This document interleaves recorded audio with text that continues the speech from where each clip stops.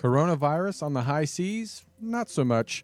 But in the port of Tokyo, as of this airing, 218 passengers and crew have shown positive results of the coronavirus. Today we talk to Carl Goldman, a passenger aboard the Diamond Princess, currently quarantined in the port of Japan, and Dr. Robert Winters, a local infectious disease specialist, is here to discuss the coronavirus and its implications for the future of global travelers and the world.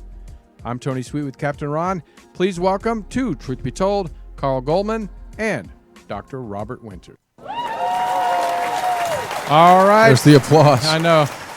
We always use this cheesy applause, but I don't know if it's appropriate. Yeah, it's not for appropriate today, Tony, but thanks anyway. First of all, I want to say Carl, who is a radio station owner up in Santa Clarita, it's funny that he, not funny in a ha-ha way, but funny that he actually owns a radio station and then he happens to be on this cruise. And then I'm so fortunate that we could get Dr. Robert Winters on, an infectious disease doctor. So it's really great. So Ron is going to give some statistics.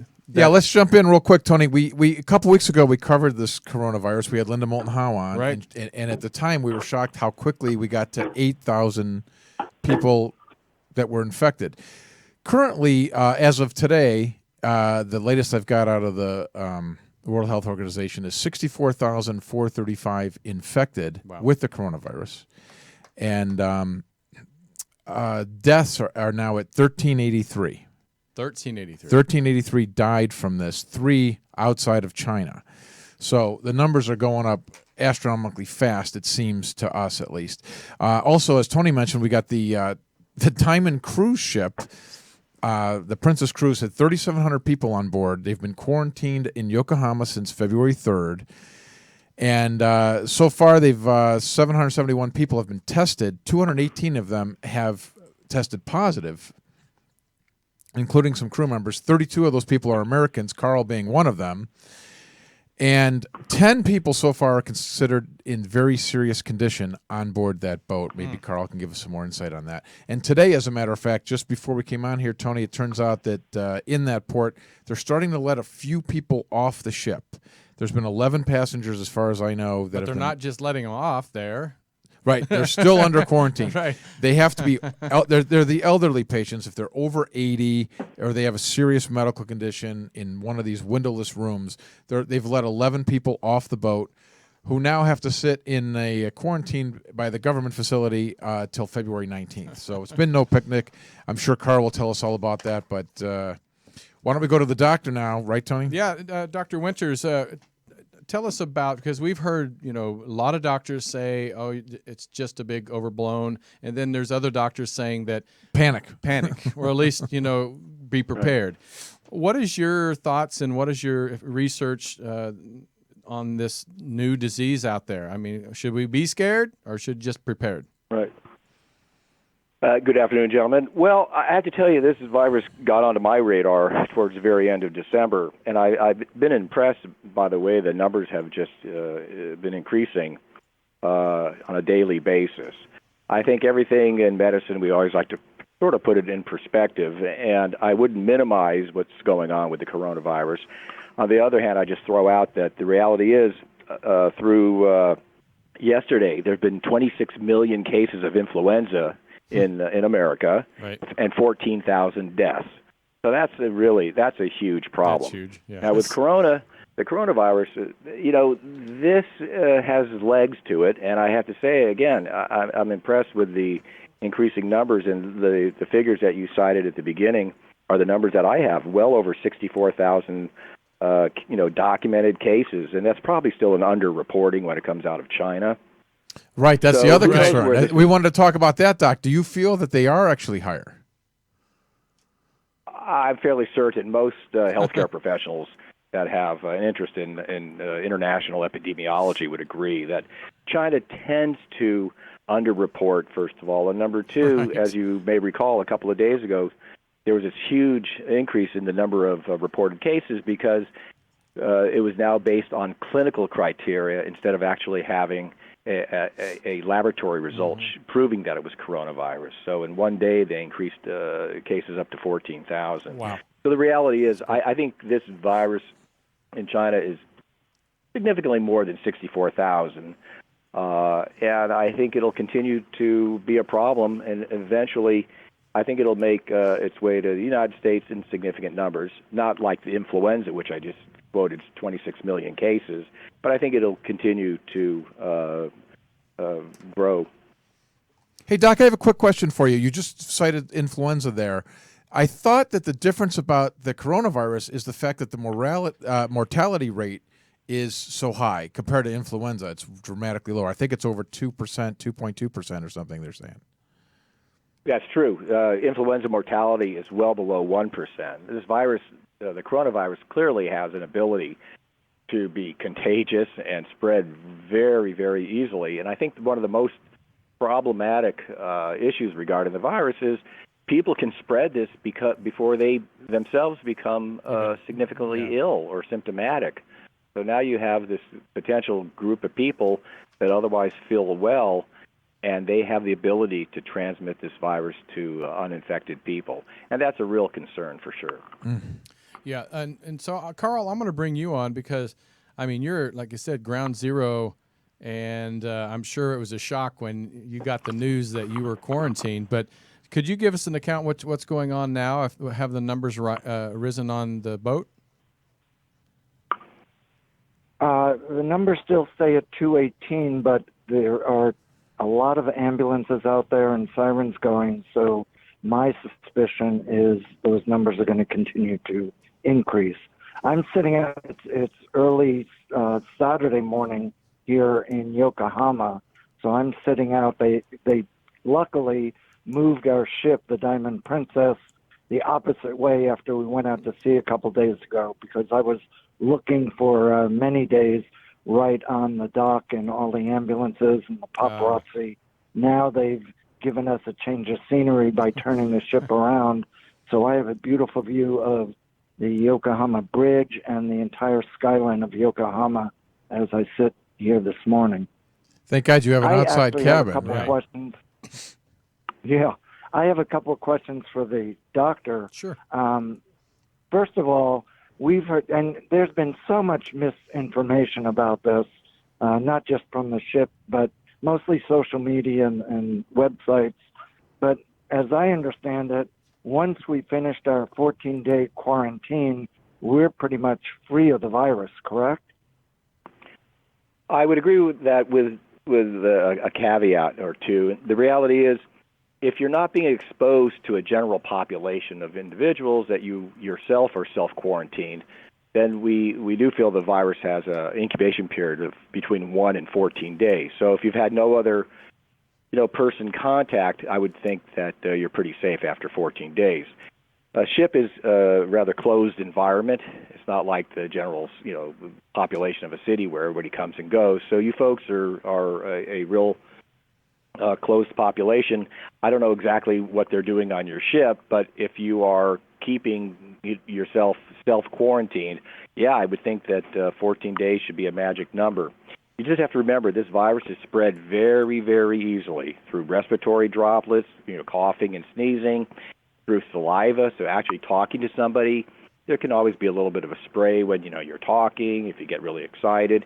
And obviously it can be spread through a nasal discharge as well. So you can imagine a runny nose, let alone sneezing, creates these huge aerosols. So if you're not exposed to that type of individual, I would think 14 days where you've not come down with this would be a pretty good indication that you are not infected. We've been told that the virus can spread from our feet touching the floor, from touching railings, elevator buttons. Is that true? A virus can stay active and infect people, at least the data that I'm familiar with right now, for several hours, and that's from the CDC. And they didn't really quantitate what several means, so I'll let you decide. But the virus can still be infectious on surfaces for several hours after it's been contaminated by an infected individual. So I would think you washing your hands with soap and water and the alcohol-based hand sanitizers would be very, very important on this ship. So, Doc, are you saying that yeah, they've been handing... Doc, are you saying that Carl could be in the clear here because he's past the 14 days? He'll walk off the ship and run his hand down the railing and someone else had maybe touched it and then become infected at that point? Absolutely. Wow. Absolutely. Well, if you're not infected now, you can certainly pick it up, subsequent to your being told all clear. Wow. So you just have to be very careful. But I think hand washing is very, very important. Yes. I think Carl had another question.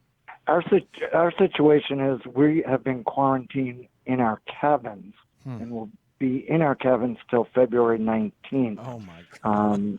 But what I believe happened was when a passenger from he was Chinese and he got off the ship in Hong Kong, he 4 days later came down with the virus. We call him Ground Zero. We raced back to Yokohama Harbor. It was the tail end, the last day of our 16-day cruise. Yokohama Harbor is about an hour outside of Tokyo, and we were scheduled to fly back to Los Angeles that Tuesday. Sunday night, they raced back to the harbor and kept us docked, and then we were still had free reign of the ship on Monday. Tuesday morning, they had discovered 10 more. They went and tested each of us, and on Tuesday morning, they came up with 10 more people who came down with the virus, and it seemed to just spread after that. And I think, Doctor, you hit the nail on the head when you said you can go 3, 4, 5 days without realizing you had the virus, which was the case of Ground Zero patient. He didn't discover it till he was off the ship for 4 days. And by then he probably had infected a good chunk of the Princess Cruise passengers, and then it spread from there. So we're now up to 218. Right. Well, I would just recommend that represents about. I was going to say that represents about 7% of the population. Yeah. Well, what I would say to get off the ship and get back to your life, I'd make every attempt to keep yourself isolated, through February 19th, if that's the target date. And again, hand washing, the alcohol-based hand sanitizers are also very effective. You always look for a product that has about 60% alcohol by content if you're using the hand sanitizers. But they are very, very effective at getting rid of this virus in terms of, regular soap and water and the hand sanitizer. So don't get infected on your way out. That would be a disaster. Well, Doc, how do they keep the? Because I'm sure there's vents in every cabin. How do they keep the virus from going through vents? Or can it go through vents? Well, it can go through vents, but we've been assured by the Princess authorities, and by the way, the Japanese health officials have all been on board and are stationed here. They brought in 48 more doctors, about 55 more nurses, so we've got a full hospital up here on the ship. What they have assured us is the air that comes into our cabins is fresh air from the ship. It is not recycled air. So we don't need to worry about that. We're delivered meals 3 times a day. We have to have masks on when we open up the door to get the meals from the crew. How do you keep it from the meals? And as the doctor mentioned, they've been giving us hand sanitizer soap that has high alcohol, and we also have gloves. So Princess and the health officials have been doing everything they can to keep this down to a minimum for everyone. And Doc, how do you think that they're going to keep? I mean, like you said, there's so many people infected with just the influenza. I mean, how do we even stop or even try to stop a new virus that we really don't know anything about? Is it very similar to the flu, or is it completely, or we just don't know? Well, early on, I think a lot of these illnesses look the same, right? Adenovirus, rhinoviruses, coronavirus, influenza. All these viral illnesses start in a very similar way: fever, cough, sore throat. But the concerning feature of the coronavirus, obviously, is the severe respiratory impact, and it has a considerably higher death rate, as we talked about, than influenza certainly much higher than the common cold, the adenoviruses and the rhinoviruses that people tend to get every year as well. So I think that they are very similar. It takes a doctor and probably some good laboratory testing to differentiate something between, say, influenza, which we have a rapid test. We can tell people in the emergency room within a half hour of meeting them whether they have influenza A or B. We have a nice test for something called respiratory syncytial virus, RSV. We can get that answer in 30 minutes or less. And, the test is coming along for the coronavirus as well. It's just we may not have the number of kits available, but that's also being ramped up, as I understand. Well, before we let you go, because I know you're a busy man, I want to see if Carl or Doc or Captain Ron has any more questions. Yeah, I want to ask for the Doc. 99% of these cases are clearly in China, but we do have 15 here in the United States, 8 of them in California. Should people be concerned? What should they do? Do we have to wash our hands more often? What steps should people take? Right. Well, look, if you listen to the CDC, which I agree with, the cases that we have in the United States really they're all related to either directly or indirectly related to someone that had traveled to China. So if you don't have that type of relationship with somebody, then I think you're at relatively low risk. But I think that the reality is no one knows how this is going to play out.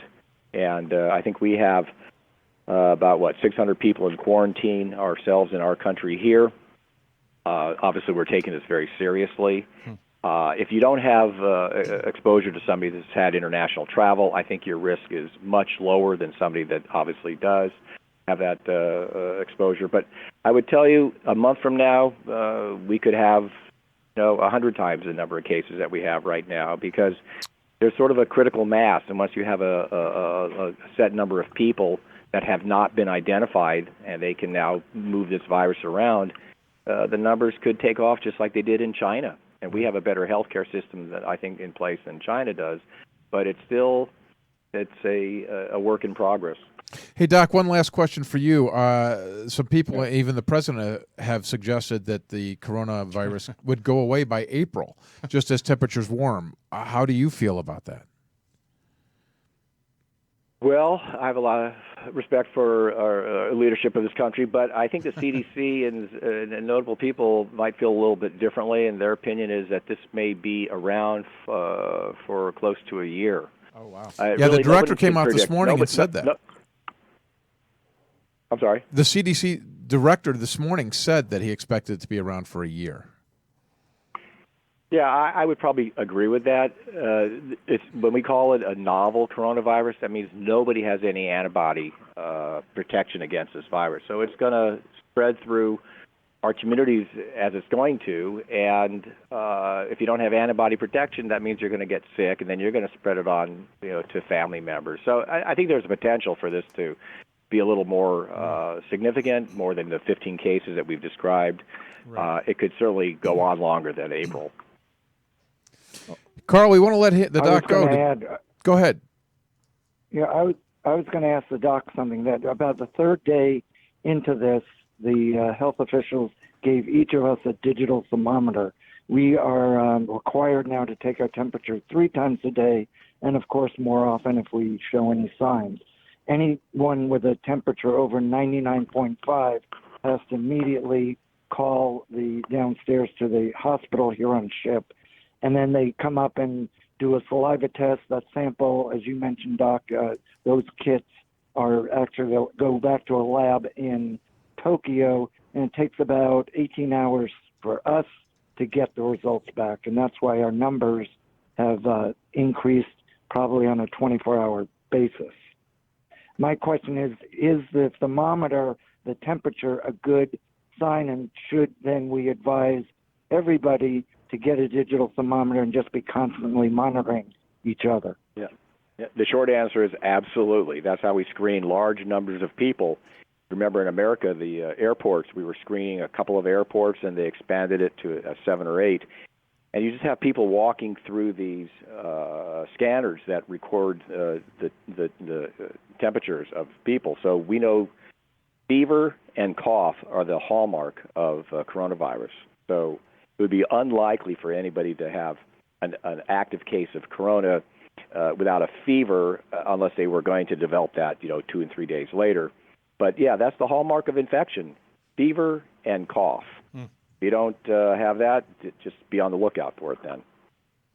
Well, Dr. Robert Winters, MD, from here in local Los Angeles, infectious disease doctor, we thank you so much for being a part of the show and giving us your take and your research and experience in this. We really appreciate it. Yeah, my pleasure.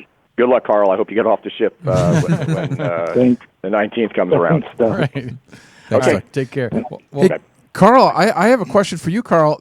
Have they given you any indication if you fly back to Los Angeles, are you going to be sequestered and quarantined here in the States? We thought so at first, but the U.S. Embassy has issued a number of releases. They keep us updated on a daily basis. The U.S. Embassy from Japan here, based in Tokyo, and they've assured us that, no, we will not be quarantined back when we get back to the States. So once we leave the ship, we are free individuals. And I was very curious about this. I saw a thing that your wife did, because you're with your wife, that she was saying that people were threatening you and your wife not to come back. Is that right? Yeah, well, Tony, you know better than anybody that social media can be a really big rabbit hole. Oh, yeah. And we've been very out front there with both our blogs on hometownstation.com, sharing a day-to-day diary of what we've been going through and making, keeping our sense of humor about it. And then my wife's been doing, live Facebooks. Right. And yes, with, it gets down to percentages. We have 100,000 people will be watching it, and there'll be 10 yo-yos making comments that are beyond stupid. Right. And yeah, it's unfortunate. There's a good and bad to social media, and unfortunately, we have to see those once in a while. But after the show, you guys can go to Carl's radio station website, hometownstation.com. You can find out. There's a lot more. It's right here. Yeah, you can just go and check it out. Look at his pages of more details of what they went through. But Carl, I know one thing about mental health, where if people's stressed out, your immune system goes down. How do you keep your mental state up? I mean, being in. Are you referring being trapped 8 to 8 feet with your wife? Right. Is that what you're saying? That's That seems rude, Tony. But it's like it's.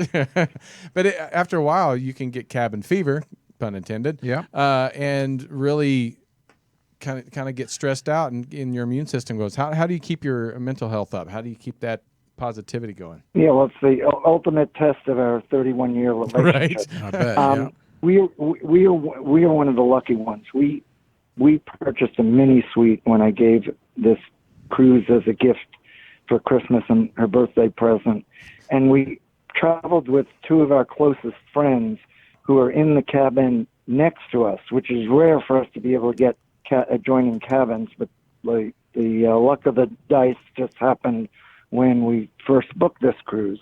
On the first day of our cruise, and again, we had 15 of the 16 days on the cruise were wonderful cruise times.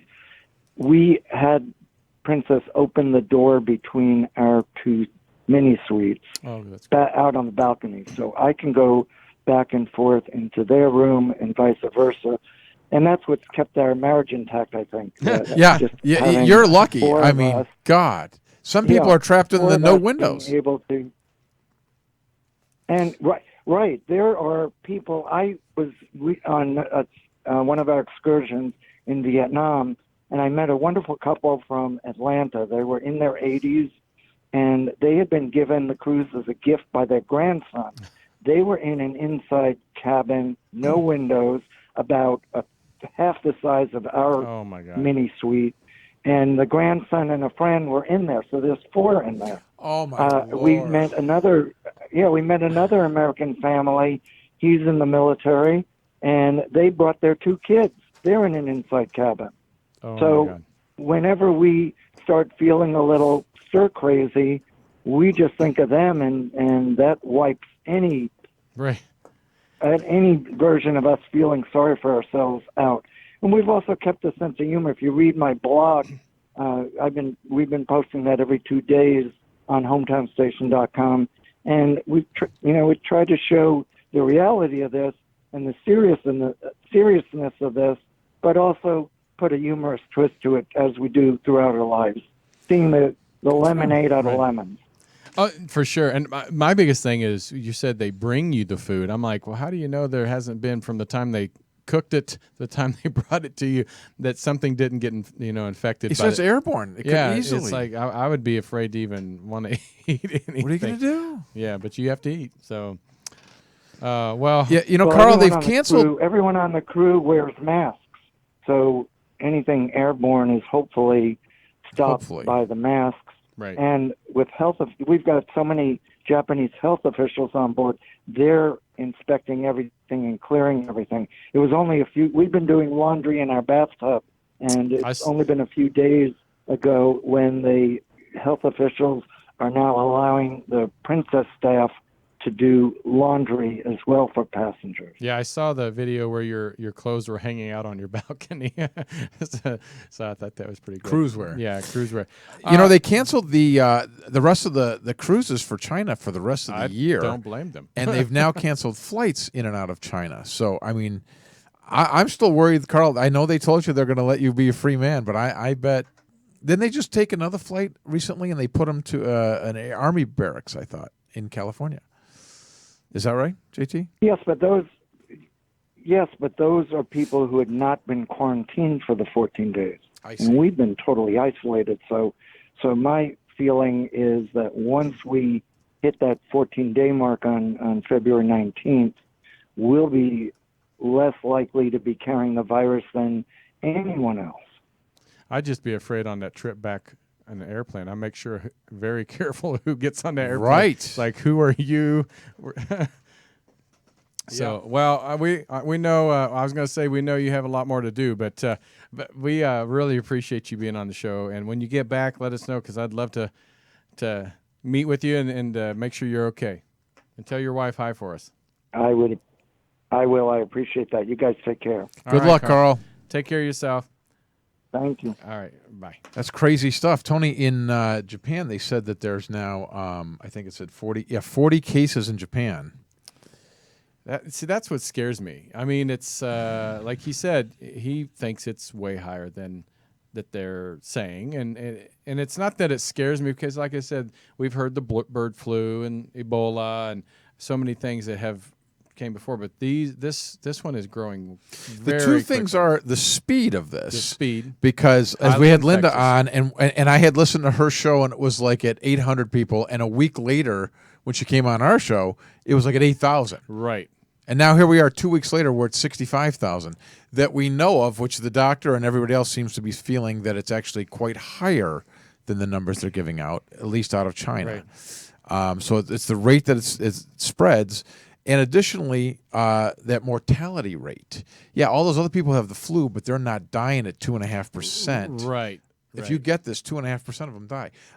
Like he said, 218 people now on the ship are infected. In 24 hours, they're going to come out and they're going to say 235, right, or whatever it is. So at some point, I mean, your number's up, right? Well, of course, 2%. Not to die, but to at least get the infection. I mean, that's the concern. Yeah. So, all right. Well, we'll keep up on this, and if we have any more breaking news about this, we'll try to get some more information out to you guys. If you have any questions, please always leave it in the comments. I really appreciate Carl Goldman. Go to hometownstation.com, and then Dr. Robert Winters, infectious disease doctor, for having both of those guys on, taking their time out of the day. Absolutely. And we appreciate you guys for tuning in. Until next time, I'm Tony Sweet with Captain Ron for Truth Be Told. Thanks, guys.